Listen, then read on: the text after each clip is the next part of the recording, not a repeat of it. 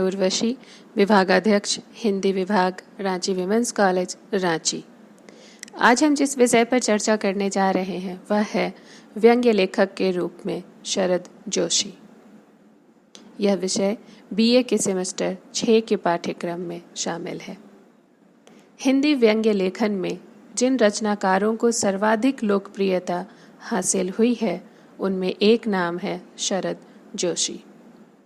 व्यंग्य को समृद्ध बनाने में शरद जोशी की महत्वपूर्ण भूमिका रही है। व्यंग्य की गुणवत्ता में और परिमाण में एवं उसे साहित्य का दर्जा दिलाने में उनकी महत्वपूर्ण भूमिका रही है। शरद जोशी ने न केवल कुछ विषयों को लेकर आज के गंभीर राष्ट्रीय एवं अंतर्राष्ट्रीय मसलों तक की बाकायदा खबर ली थी, वे अनेक पत्र पत्रिकाओं के स्तंभ लेख भी रहे थे। रोजमर्रा के विषयों में उनकी प्रतिक्रिया इतनी सटीक होती थी कि पाठक का आंतरिक भावलोक उमग उठे बिना नहीं रहता। वर्तमान राजनीति, सामाजिक संदर्भ, पत्रकारिता, अध्यात्म, प्रेम, सौंदर्य, साहित्य, भाषा, नैतिकता आदि विषयों पर जोशी जी ने बेलौस और बेधड़क प्रतिक्रियाएं दी हैं। अपने व्यंग्य लेखों में लेखक की बहुत कुछ तोड़ने और बनाने की भीतरी छटपटाहट साफ झलकती है। शरद जोशी ने हिंदी के गंभीर व्यंग्य को लाखों लोगों तक पहुंचाया। व्यंग्य लेखन के द्वारा हिंदी साहित्य को महत्वपूर्ण देन के फलस्वरूप 1989 में भारत सरकार द्वारा पद्मश्री सम्मान से अलंकृत किए गए।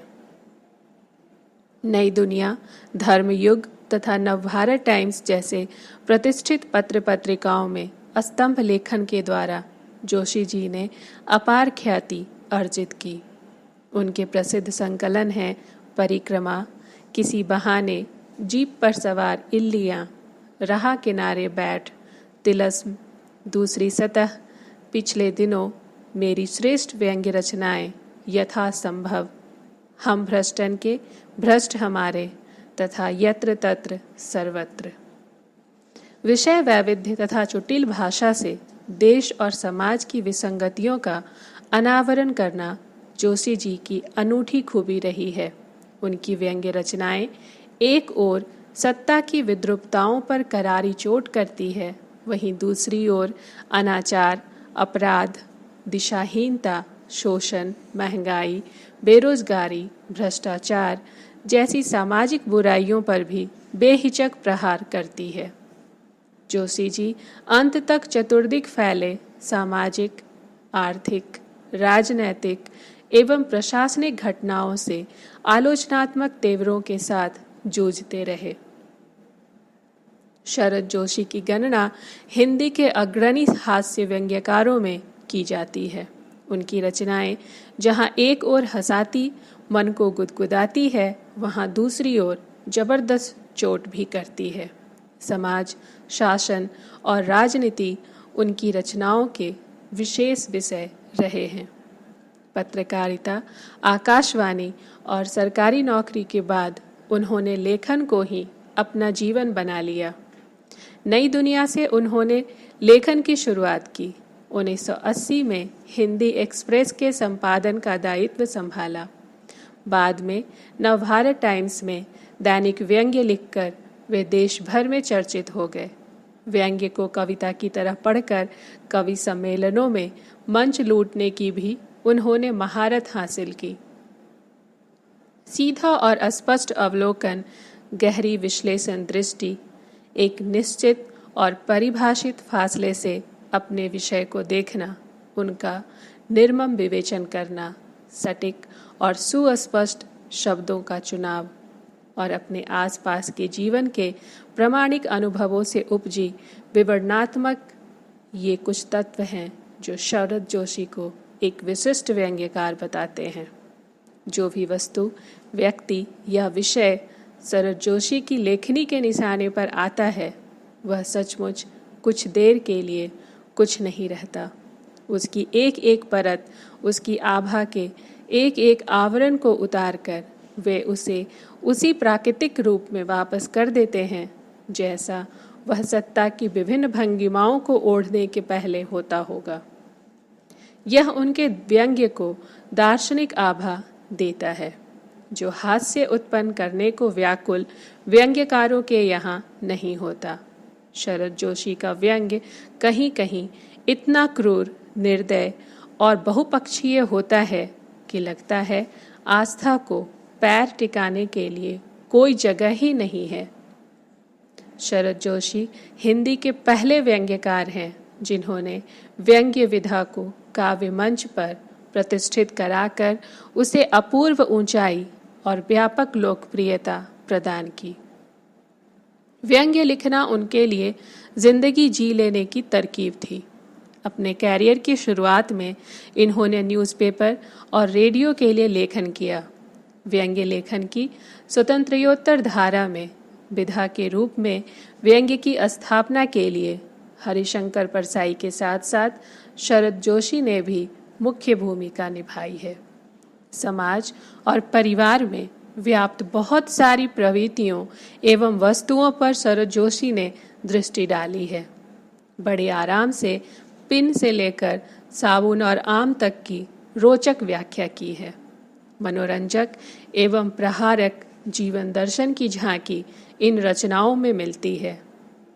कोई ठोस कथानक, वातावरण और चरित्र आदि प्रस्तुत करना उनकी रचनाओं का लक्ष्य नहीं है, बल्कि मात्र व्यंग्यों से पाठक की संवेदना जगाना इनकी कहानियों का लक्ष्य रहा है।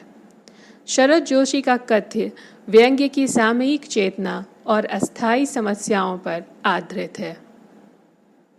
समाज के हर कोने को व्यंग्य का आलंबन उनकी रचनाओं में बनाया गया है और व्यंग्य के सहारे जो कुछ तोड़ डालने योग्य है उसे तोड़ने की सिफारिश शरद जोशी ने की है।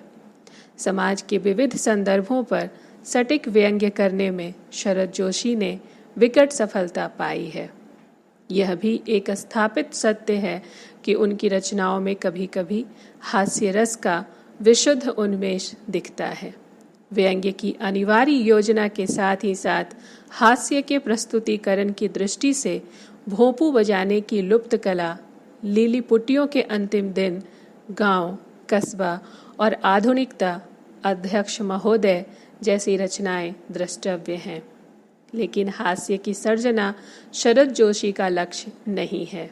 निश्चय ही व्यंग्य, शिल्प और व्यंजित सामग्री के आधार पर शरद जोशी को हिंदी का एक जागरूक व्यंग्यकार कहा जा सकता है। सामाजिक आचरण, व्यक्ति की नैतिकता, साहित्यकारों के खोखलेपन और लाल फित्ताशाही की कमजोरियों को शरद जोशी ने पूरे कौशल के साथ व्यंग्य का निशाना बनाया है। अपने आसपास घटने वाली हर छोटी बड़ी घटना को उन्होंने व्यंग्य के विषय स्वरूप ग्रहण किया है और उसमें निहित तमाम असंगत स्थितियों को चोट दी है। शरद जोशी की अथक सृजन यात्रा का ही परिणाम है कि आज जोशी जी का व्यंग्य सार्थक जमीन और अभिव्यक्ति की नव्यतम खोज के लिए जाना जाता है।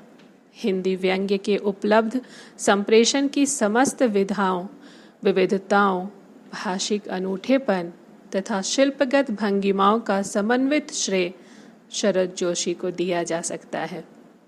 जोशी जी की व्यंग्य रचनाओं से गुजरना केवल विसंगतियों और घोर घुमावदार गलियों से भटकना ही नहीं है, अपितु भाषा और शिल्प की एक चमत्कारी प्रदर्शनी की यात्रा भी है। इस अप्रतिम व्यंग्य शिल्प ने संवेदना के स्तर पर सदैव मानवीय मूल्यों का पक्ष लिया है। उन्होंने तीव्र उपहास, गर्व शैली में जीवन में व्याप्त विसंगतियों पर प्रहार किया। उनकी नावक के तीर जैसी सुक्तियों में मर्मस्पर्शी भाव छिपे होते हैं। यह व्यंग्य लेखन आम आदमी के जीवन का दर्पण है। किसी वाद विशेष से इसका कोई संबंध नहीं है। व्यंग्य की परिधि का विस्तार करने वाले इस गद्य शिल्पी को हिंदी जगत में हमेशा याद किया जाएगा।